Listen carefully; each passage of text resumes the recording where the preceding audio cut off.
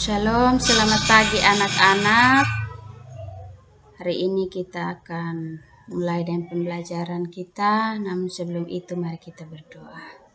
Segala puji syukur kami naikkan di hadapan hadirat-Mu Bapa, oleh karena kasih dan kemurahan-Mu sehingga kami masih ada. Hari ini kita akan belajar. Tuhan, mari Engkau berkati kami. Berkati kami dengan hikmat akal budi-Mu supaya kami mampu memahami dan melakukannya dalam kehidupan kami, Bapa. Terima kasih Tuhan, dalam nama Tuhan Yesus kami berdoa. Haleluya. Amin. Hai. Shalom anak-anak. Hari ini kita akan belajar tentang dosa dan pertobatan. Apa itu dosa? Dosa adalah pemberontakan manusia melawan Allah dan kehendaknya. Manusia ingin sama seperti Allah. Salah satu aspek yang menonjol dari dosa adalah sifat yang mementingkan diri sendiri. Beberapa hal berikut ini merupakan akibat dari tindakan dosa. Yang pertama, dosa menyebabkan kerusakan moral di dalam diri manusia yang menentang semua kehendak baik manusia. Yang kedua, dosa menyebabkan manusia menginginkan kesenangan diri sendiri tanpa menghiraukan kesejahteraan orang lain atau perintah Allah. Sikap ini mengakibatkan kekerasan dan kekejaman kepada orang lain dan pemberontakan terhadap Allah dan hukum-Nya. Yang ketiga, dosa membuat manusia menolak untuk tunduk kepada Allah dan firman-Nya. Kita bisa baca di dalam Roma 1 ayat 18 sampai 25 dan Roma 8 ayat 7. Dosa adalah perseteruan dengan Allah. Kita bisa bacanya di dalam Kolose 1 ayat 21. Dan ketidaktaatan kepada Allah di dalam Roma 11 ayat 32. Dosa mengakibatkan kita senang melakukan ketidakadilan. Kita bisa bacanya di dalam Roma 1 ayat 23 sampai 32. Dosa juga merupakan kuasa yang perbudak dan merusak. Di dalam Roma 3 ayat 9. Karena dosa berakar dari keinginan manusia yang serakah. Dosa juga memasuki umat manusia melalui Adam. Kita bisa bacanya di Roma 5 ayat 12. Kita melihat akibat dari dosa itu. Hubungan manusia dengan Allah yang pada mulanya baik menjadi terputus. Manusia membutuhkan perantara untuk bertemu dengan Allah. Karena hidup manusia sudah rusak. Ada beberapa akibat dosa yang dapat kita temukan. Yang pertama, dosa mengakibatkan hubungan manusia dengan Allah menjadi rusak. Kita melihat bahwa setelah Adam dan Hawa berdosa, mereka diusir dari Taman Eden. Mereka tidak lagi bertemu dengan Allah. Ketika mereka mendengar suara Allah, mereka ketakutan dan bersembunyi. Yang kedua, dosa mengakibatkan konflik dalam diri seseorang. Kita melihat bahwa seperti racun yang mematikan, dosa meracuni seluruh sistem dalam diri kita manusia. Hati kita menjadi ternoda oleh dosa. Sifat alami kita menjadi rusak. Kita tidak dapat melakukan sesuatu yang seharusnya dilakukan. Kita terbebani dengan perasaan bersalah dan damai sejahtera hilang dari hidup manusia.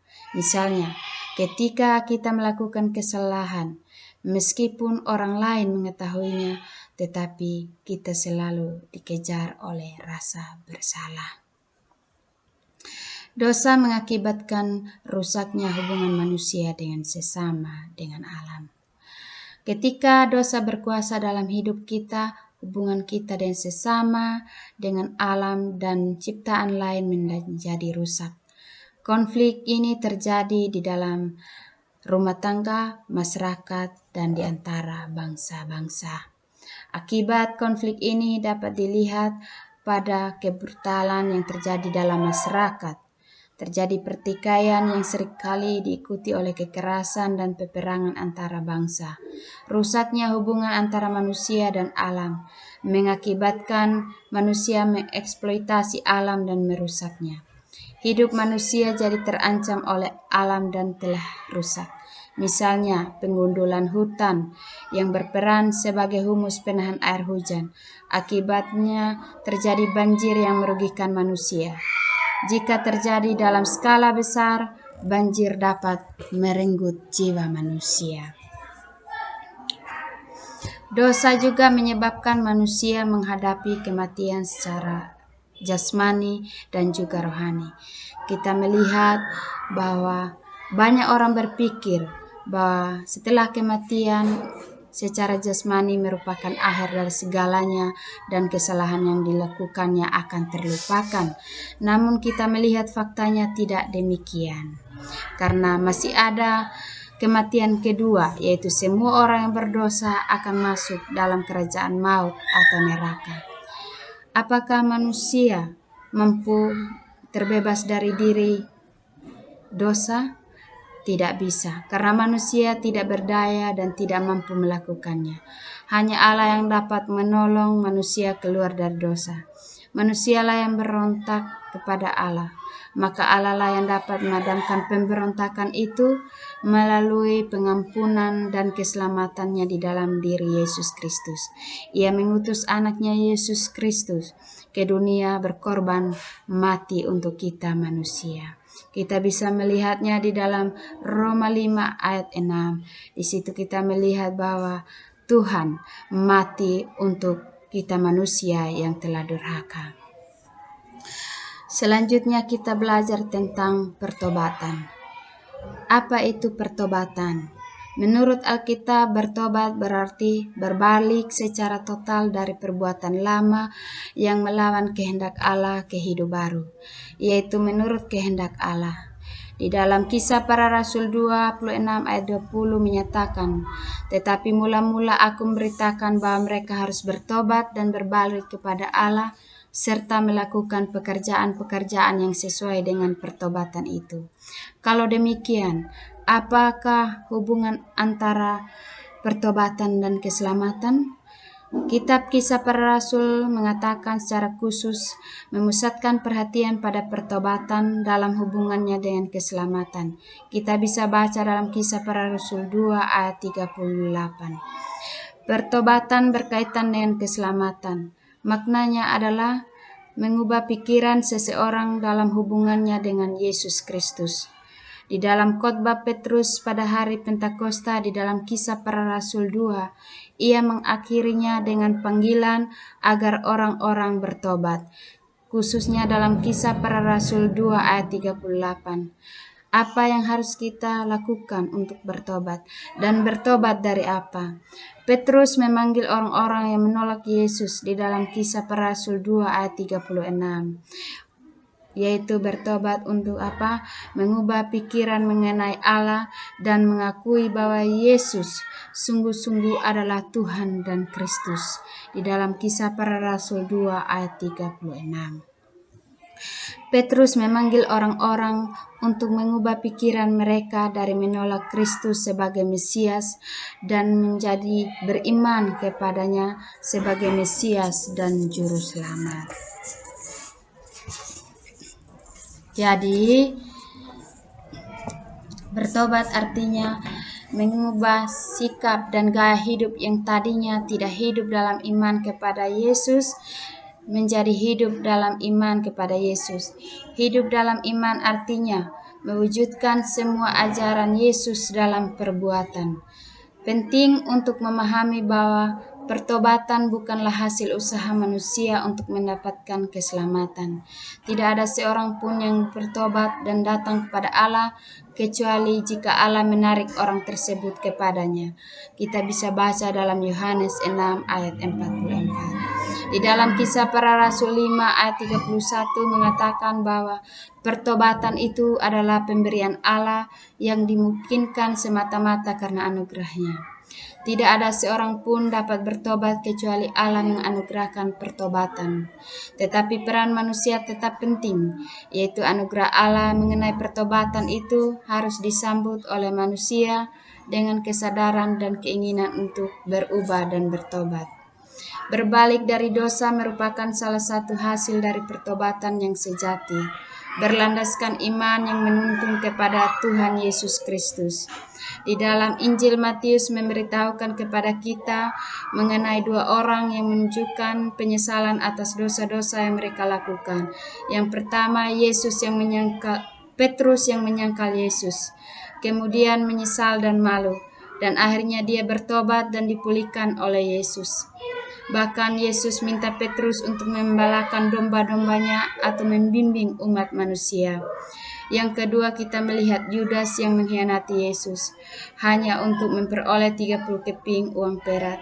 Ketika Yudas melihat akibat perbuatannya menyebabkan Yesus dihukum mati, ia pun menyesal dan berkata, "Aku telah berdosa karena menyerahkan darah orang yang tak bersalah."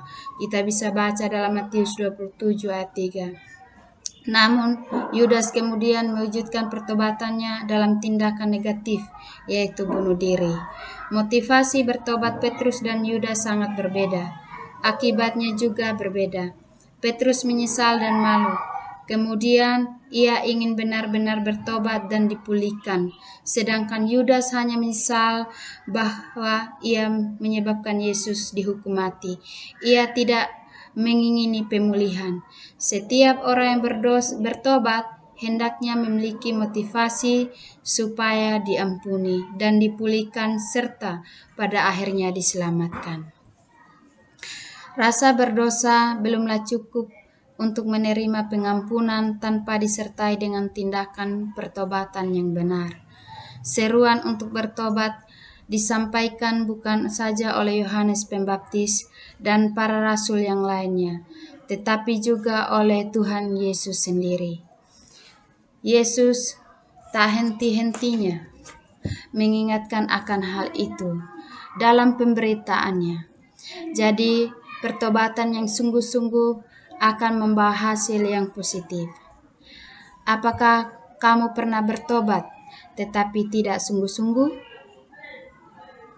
Misalnya, kamu mengaku pada Tuhan dan pada orang tuamu bahwa kamu telah melakukan kesalahan, namun esok harinya atau beberapa hari kemudian kamu melakukan kesalahan yang sama.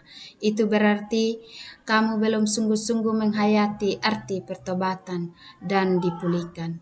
Namun perlu lebih sungguh-sungguh menghayati arti pertobatan dan memohon Tuhan agar menolongmu untuk bertobat dan dipulihkan. Bagaimana caranya? Yaitu setia berdoa dan membaca Alkitab.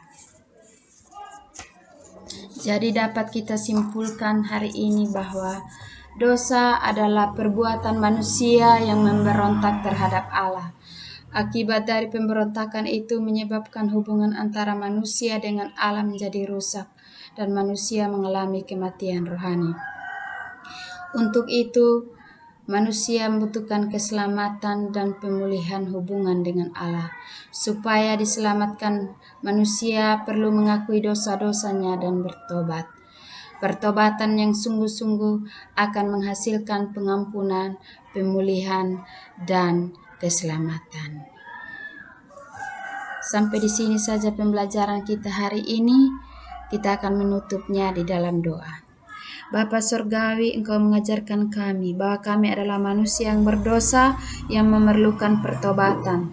Artinya kami harus berbalik dari segala sesuatu yang kami lakukan yang tidak berkenan di hadapan-Mu.